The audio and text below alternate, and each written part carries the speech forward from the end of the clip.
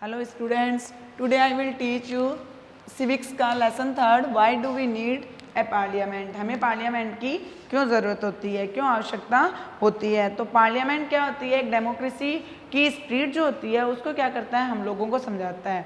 यानी पार्लियामेंट से हमें एक डेमोक्रेसी की स्पिरिट के बारे में पता चलता है कि आखिर उसकी क्या स्पिरिट्स होती है। ठीक है, it show the idea of the people participation in decision making. यानी वो क्या क्या शो करता है कि जो पीपल्स होते हैं, जो पार्टिसिपेशन कर रहे हैं, वो डिसीजन मेकिंग करते हैं। ठीक है, अब पीपल जो पार्टिसिपेशन कर रहे हैं वो कैसे डिसीजन मेकिंग करते हैं पार्लियामेंट के अंदर। अब ये तो है नहीं कि हर एक पीपल है जाके पार्लियामेंट में बैठ जाएगा और अपने क्या होगा, अपनी जो भी डिसीजन होगा, जो भी डिबेट्स होगा वहाँ पे कर पाएगा। ऐसा नहीं हो सकता है। पार्लियामेंट के अंदर क्या होता है, इसके इंट्रोडक्शन में ये बात पता चलती है कि पार्लियामेंट में क्या होता है, जो पीपल्स हैं वो क्या करते हैं, अपने रिप्रेजेंटेटिव को चूज़ करते हैं। ठीक है, जो रिप्रेजेंटेटिव को चूज़ करते हैं वो क्या होते हैं, पार्लियामेंट में जाते हैं और वो लोगों के जो डिसीजन होते हैं, जो डिसीजन मेकिंग किए हुए होते हैं, वो वहाँ पर वो रखते हैं। उसके थ्रू क्या होते हैं, वो डिसीजन मेकिंग करते हैं। यानी एक रिप्रेजेंटेटिव के थ्रू वो क्या करते हैं, डिसीजन मेकिंग करते हैं। इसलिए क्या कहा गया है, peoples participation in decision making. यानी जो डिसीजन मेकिंग में जो पीपल पार्टिसिपेशन करते हैं वो खुद न करके उनके जो रिप्रेजेंटेटिव के थ्रू वो क्या करते हैं, वो वर्क करते हैं। अब इस चैप्टर के अंदर जो हम जो आगे क्या पढ़ेंगे या कौन कौन से टॉपिक के बारे में डिस्कशन करेंगे उसके बारे में मैं आपको बताती हूँ। What we are the going to study in this chapter, की हम इस चैप्टर के अंदर किस किस के बारे में स्टडी करेंगे। फर्स्ट आता है रोल ऑफ द पीपल, यानी लोगों का क्या रोल होगा। ठीक है, देयर पार्टिसिपेशन, उनका पार्टिसिपेशन कैसे होगा। व्हाई शुड देयर डिसाइड, और वो क्यों डिसाइड करेंगे। ठीक है, यानी क्या रीज़न होगा कि वो डिसाइड करेंगे या पार्टिसिपेशन करेंगे, कैसे करेंगे वो हर एक चीज़ को।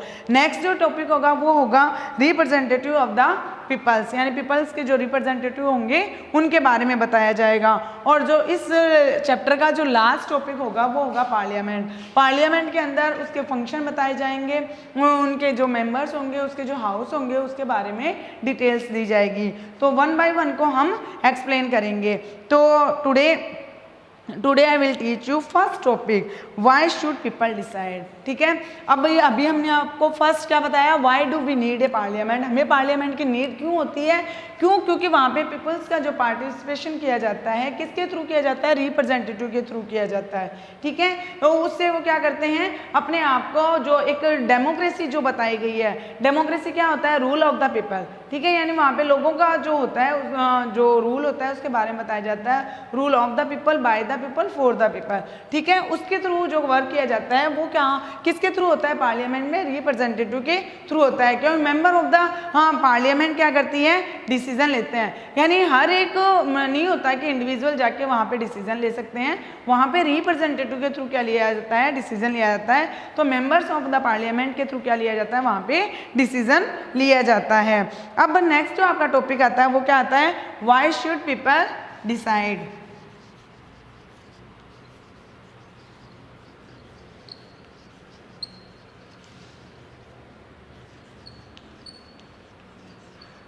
नेक्स्ट आपका टॉपिक क्या है, व्हाई शुड पीपल डिसाइड। अब इसमें क्या बता रखा है, देखो इंडिया है। ठीक है, ये आपकी कंट्री जो इंडिया है। ठीक है, इंडिया में अब इंडियन नेशनल मूवमेंट हुए थे। ठीक है, ये आपको पता है कि हमें जो फ्रीडम मिलने से पहले क्या हुए थे, इंडिया के अंदर नेशनल मूवमेंट हुए थे। इंडिया में क्या हुए,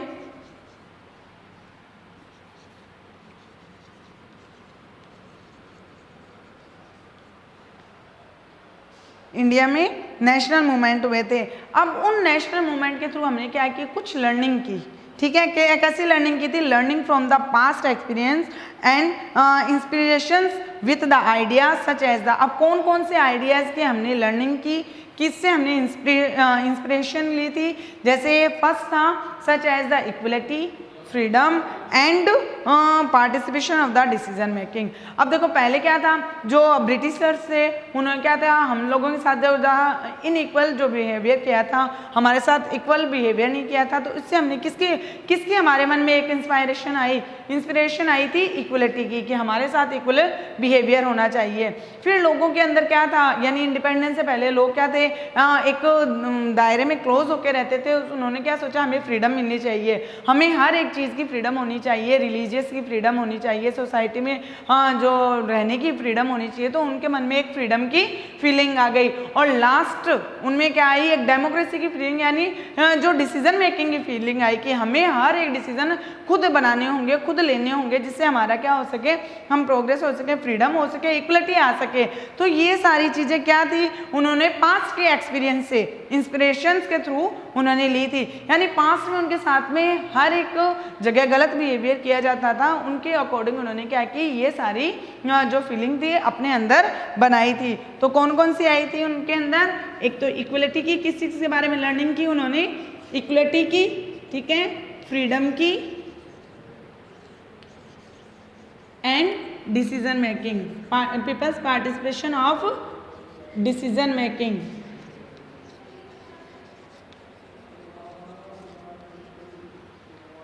ओके फिर उसके बाद में क्या आया, जो इंडियन नेशनल कांग्रेस थी, जब इंडियन नेशनल कांग्रेस कब बनी थी, कब मेकिंग हुई थी, 1885 में। तब से वो क्या कर रही थी, डिमांड कर रही थी, किसके बारे में डिमांड कर रही थी कि elected member in the legislature के अंदर क्या होने चाहिए, इलेक्टेड मेंबर होने चाहिए। यानी जो लेजिस्लेचर क्या होती है, जो एक ऐसा बॉडी ऑर्गन है जो क्या करता है, लॉ मेकिंग का काम करता है, ठीक है, यानी कौन सा फंक्शन का वर्क करता है, वो लॉ मेकिंग का करता है। तो अब उसमें क्या था कि इलेक्टेड मेंबर होने चाहिए। ये डिमांड कौन कर रहा था, जो इंडियन नेशनल कांग्रेस थी, वो 1885 से ही क्या कर रही थी, ये डिमांड कर रही थी कि ऐसा होना चाहिए, बट ऐसा हो नहीं रहा था। उसके बाद में क्या हुआ, लेकिन उसके बाद में उन्होंने क्या सोचा कि कुछ जो सम इलेक्टेड जो रिप्रेजेंटेशन थे was allowed through government of India act 1909, यानी 1909 का जो एक्ट था गवर्नमेंट ऑफ इंडिया, उसके थ्रू उन्होंने क्या किया था, कुछ इलेक्टेड रिप्रेजेंटेशन थे वो अलाउ कर दिए थे।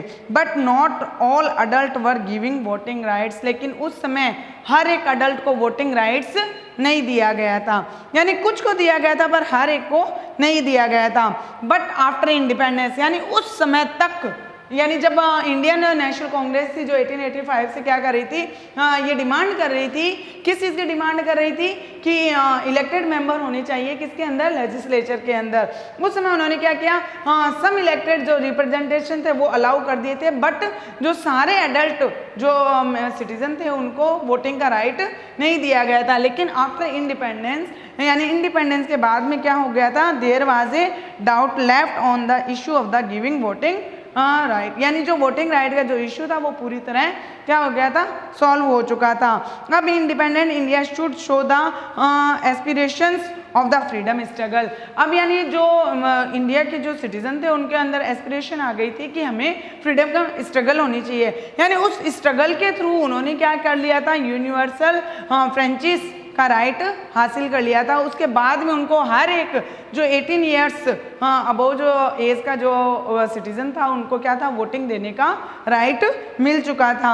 यानी उन्होंने स्ट्रगल की उसके लिए कि कुछ ना कुछ स्ट्रगल करके हमें ये चीज़ क्या करनी है, हासिल करनी है, ठीक है। तो यूनिवर्सल फ्रेंचाइज का मीन्स क्या होता है कि अबव 18 ईयर्स के अबव जो भी सिटीजन होंगे उन सबको क्या होगा, वोटिंग का राइट दिया जाएगा। ओके, नेक्स्ट जो आपका टॉपिक आता है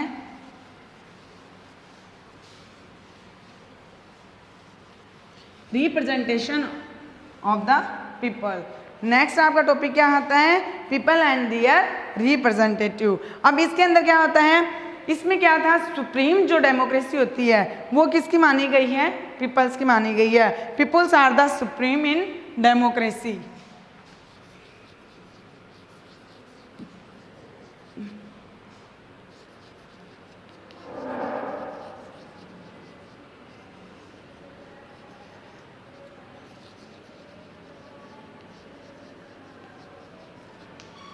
यानी डेमोक्रेसी के अंदर जो सुप्रीम बताया गया है वो किसको बताया गया है, पीपल्स को बताया गया है।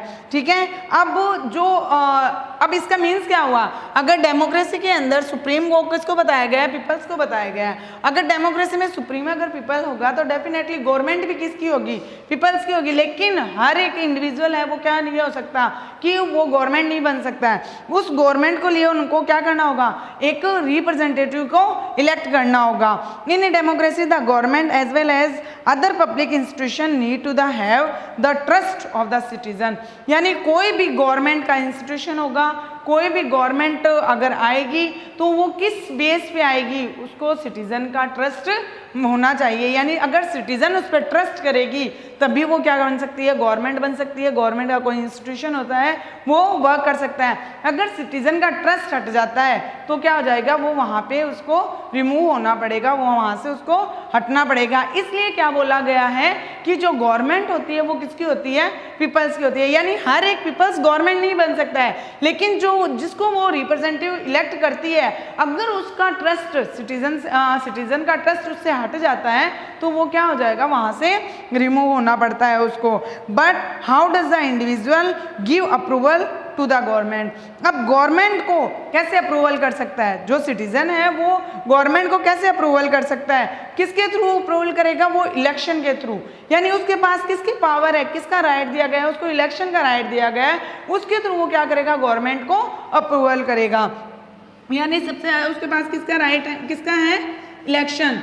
सबसे बड़ी पावर जो उसकी होती है वो क्या होती है, इलेक्शन की होती है, वोटिंग राइट की होती है। ठीक है, अगर वो वोटिंग राइट के थ्रू, इलेक्शन के थ्रू क्या करता है, गवर्नमेंट को अप्रूवल करता है। यानी वो डायरेक्टली कुछ नहीं कर सकता, लेकिन इनडायरेक्टली वो क्या करता है, अपना सारा वर्क कर सकता है। हर एक में जो सिटीजन होता है वो डायरेक्टली गवर्नमेंट को नहीं चला सकता है, उसका कोई भी वर्क नहीं कर सकता, पर इनडायरेक्टली वो सारा वर्क क्या करता है, अपना करवा सकता है। People elect their representative in the parliament. यानी पार्लियामेंट के अंदर भी वो क्या करता है, जो लोग होते हैं वो अपने रिप्रेजेंटेटिव को इलेक्ट करते हैं। One group out of the representative forms the government. अब देखो एक जो ग्रुप होता है, मैं आपको एग्जांपल के थ्रू बताती हूँ। जैसे ये मान लो पूरी एक कंट्री है, ठीक है, इसमें आगे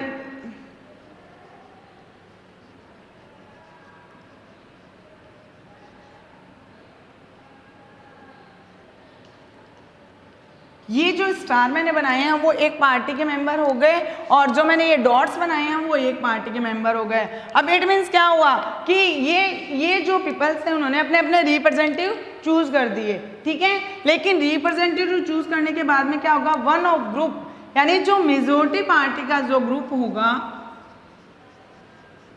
मेजोरिटी पार्टी का जो ग्रुप होगा वो ही क्या आएगा, गवर्नमेंट, उसी की क्या बनेगी, गवर्नमेंट बनेगी। तो अब इसमें मेजोरिटी पार्टी किसकी है, स्टार जो है वो कितने अच्छे हैं और डॉट्स है वो 5 है, तो मेजोरिटी पार्टी में क्या आ गए, स्टार आ गए। अब क्या बनेगी, गवर्नमेंट किसकी बनेगी, जो मेजोरिटी पार्टी होगी, इसलिए वो क्या बनेगी, स्टार की गवर्नमेंट बन गई, और उसके थ्रू वो क्या करेगा, अपने सारे वर्क या फंक्शन करवाएगा। तो यानी पीपल्स क्या करते हैं, अपने रिप्रेजेंटेटिव को चूज करते हैं, बट चूज करने के बाद में क्या देखा जाता है कि मेजोरिटी किसकी है, जिसकी ज्यादा मेजोरिटी होगी गवर्नमेंट क्या होगी, उसी की होगी, और पीपल्स अपने पार्टिसिपेशन या डिसीजन मेकिंग का वर्क उसी के थ्रू करवाएंगे। यानी जो मेजोरिटी ग्रुप जो होता है वो क्या करेगा, गवर्नमेंट बनाएगा, और लोगों का क्या करेगा, सारा वर्क उसी के थ्रू करवाया जाएगा। नेक्स्ट जो आपका टॉपिक आएगा, रोल ऑफ द पार्लियामेंट। यानी पार्लियामेंट का क्या क्या रोल होता है, पार्लियामेंट के कौन से हाउस होते हैं, यानी पार्लियामेंट किस तरह से जो होता है वर्क करता है, किस तरह से अपने वर्क को आगे बढ़ाता है, या कौन कौन से हाउस होते हैं, जैसे लोकसभा, राज्यसभा, उनके जो फंक्शन होंगे उनके बारे में जो बताया जाएगा वो नेक्स्ट जो आपका वीडियो बनेगा या नेक्स्ट जो आपकी क्लास होगी उसमें एक्सप्लेन करूंगी। So today your homework,